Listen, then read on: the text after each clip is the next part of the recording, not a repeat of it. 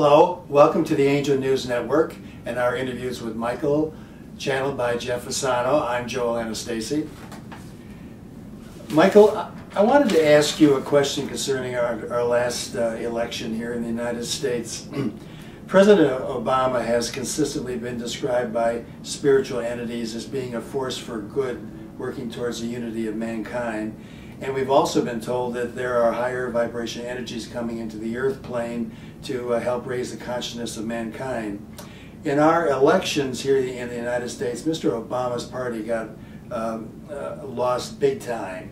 And to some of us, the voices of separation have gotten stronger, which raises some questions with some of us about the spiritual direction of the United States. What would you tell us about the spiritual direction of the United States at this time from your perspective? Is our consciousness rising or is it regressing? Is it, dear one? You see, dear one, as we have said to you many, many times before, it is about moving within the depth and breadth of your heart space and looking at what is transpiring outside of yourself in the third dimensional realm to see individually now, dear ones. Each and every one of you, is what is transpiring outside of yourself raising your resonance and vibration, raising your consciousness, raising your awareness, or is it doing just the opposite? It might be raising your awareness of your consciousness, raising your consciousness and the awareness that what is transpiring outside of yourself no longer resonates for you, or reduces the level of resonance and vibration within yourself. You see, dear ones, what is transpiring in your worldly plane, your third dimensional plane, dear one, is now about asking yourself the questions. What resonates and what vibrates for me outside of myself? What am I attached to outside of myself? Can I see outside of myself and clearly see outside of myself what is transpiring? The question now, dear one, for each and every one of you that inhabits your earthly third dimensional plane is looking outside of yourself and asking the question, does this still resonate? Or doesn't it resonate for me? See what is transpiring, dear one, in your third dimensional realm.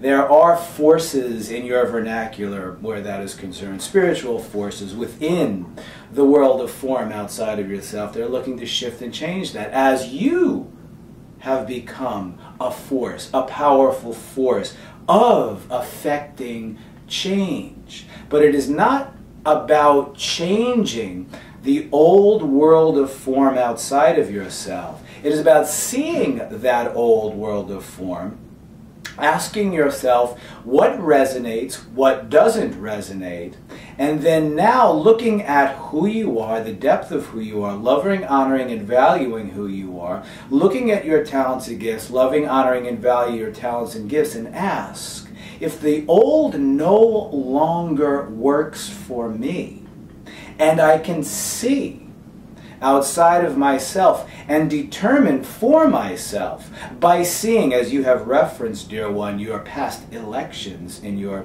United States where that is concerned. Looking and asking yourself, has that changed anything? Has anything actually changed outside of myself? Or is it a constant perpetuation of the old that no longer resonates for me, or may not resonate for me, or parts thereof no longer resonate? What needs to transpire now that I am seeing that certain parts of this no longer resonate? What is my part in it now? Can I now create something new within myself first by looking into the depth and breadth of my heart space at me, to see what no longer resonates? What new can I create as the new soul family can be formed in group?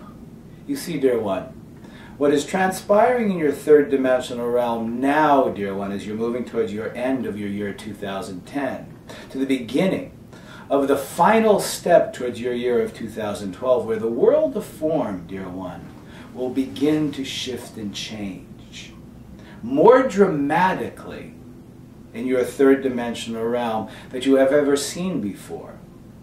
It is up to each and every one of you to see your resonance and your vibration in relation to the third dimensional realm outside of you. Does that help you with your question, dear one?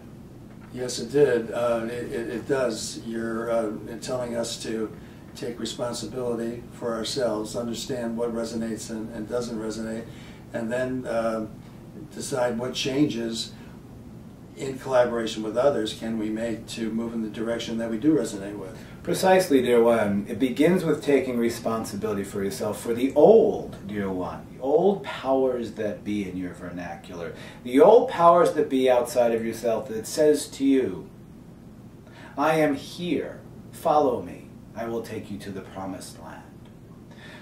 Each individual, dear one, through their personal process, is individuating in that process from mom and dad. And what each individual now does within the depth and breadth of their wounds, their wounded heart, as it were, their wounded little child, as it were, is still perpetuating those wounds by looking outside of themselves at the mythical mom and dad figure to take them to the promised land. Come, follow me. I will take you to the promised land. So we ask each and every one of you, does that make sense to you any longer? Have your mythical leaders outside of yourself taking you to the promised land?